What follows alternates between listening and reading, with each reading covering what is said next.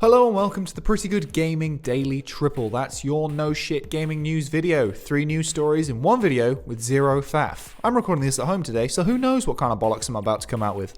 Final Fantasy VII is one of the most celebrated games of all time, and the remake is easily one of the most anticipated games of the year. With the updated release date of April 10th rapidly closing in, details on the game still remain scarce. We've known the game will be pretty big for a while, so big in fact that it will ship on 2 separate Blu-ray discs. But now we have a bit more of an idea of just how big. Images from the game's supposed box art have leaked online from Korea and indicate that the game will be a whopping 100 gigabytes. The remake isn't actually of the entire game, which makes this figure even more staggering. The game will only cover the Midgar portion of the game, which in the original is only the first few hours out of the total 35 to 40 hour experience, which at the time fit across 3 PS1 discs at a comparatively minuscule 150 kilobytes. Games of this extensive size are not uncommon these days. Red Dead Redemption 2's install size at launch was 105 gigabytes before any updates or additional content. Call of Duty is a regular offender, with Black Ops 3 coming in at 113 gigabytes, and Infinite Warfare was 101 gigabytes. The last numbered Final Fantasy release, Final Fantasy 15, was the biggest of the lot at the time, with the base game being 85 gigabytes plus a 63 gigabyte high-resolution pack on top, bringing the total to an eye-watering 148 gigabytes. Square Enix has assured fans that the remake will be a full game in its own right, with as much content as any mainline Final Fantasy game, but has said nothing about its length. Square doesn't even seem to have any idea how many games it will take to fully remake Final Fantasy VII. With Yoshinori Kitase telling Kotaku's Jason Schreier at last year's E3, we don't know ourselves. With the future of the remake as a whole still uncertain, fans can keep themselves entertained with a recent trailer which launched last Friday featuring the game's opening cinematic. The 5-minute trailer, which recreates the iconic opening of the original,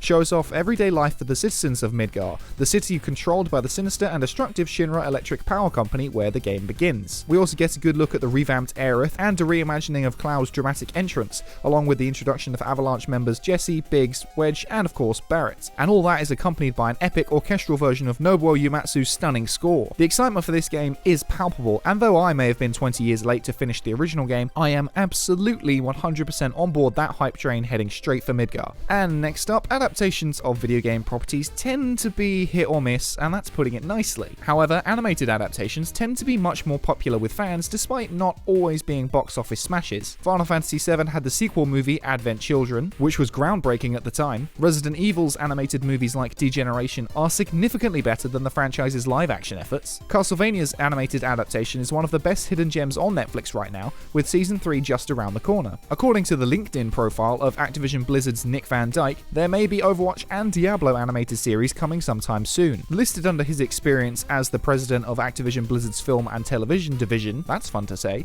it says, executive producer of Diablo, a TV adaptation of Blizzard Entertainment's IP, rendered in anime style. The show is currently in pre-production for distribution worldwide through Netflix. A Diablo animated series in a similarly violent and adult style to Castlevania would absolutely work on Netflix, and it's about time Diablo fans had some good news for a change. Later on his profile it says, with my creative partner, developed and sold an animated series based on Blizzard's Overwatch franchise. Overwatch's colourful, unique and recognisable cast of characters are the main reason the game has endured for so long, and fans have long been clamouring for more story-based content to sink their teeth into. Each time a new character is introduced, they are accompanied by an animated short to fill in their backstory, but this always leaves fans wanting more. There are also animated shorts which are hugely popular, so a full-on animated series should be a no-brainer. When Overwatch 2 launches, it will feature a story mode and PvE modes which have been long sought after by fans, but the release date of the game is still unclear. A full animated series might help tide fans over until Overwatch 2 finally comes out. While Diablo is expected to come to Netflix, there is nothing to suggest where the Overwatch series will be aired. Van Dyke is also working on the Call of Duty cinematic and television universe.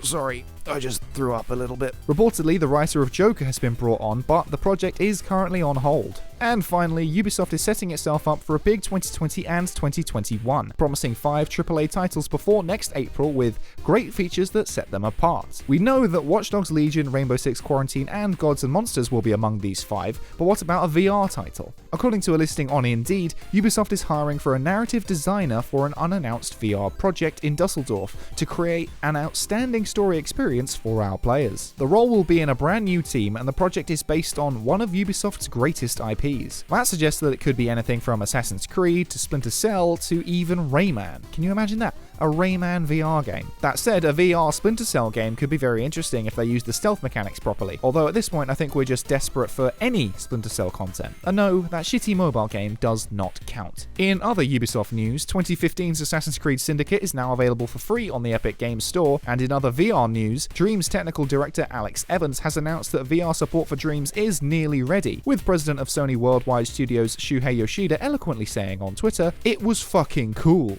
And that's it for today. If you like this no shit format, go ahead and give the video a like to give it a boost, hit subscribe and the bell to stay notified about all future installments. Toss a coin to your YouTuber over at patreon.com/prettygoodgaming. I've been Henry Cooper. That's all for today. Bye for now.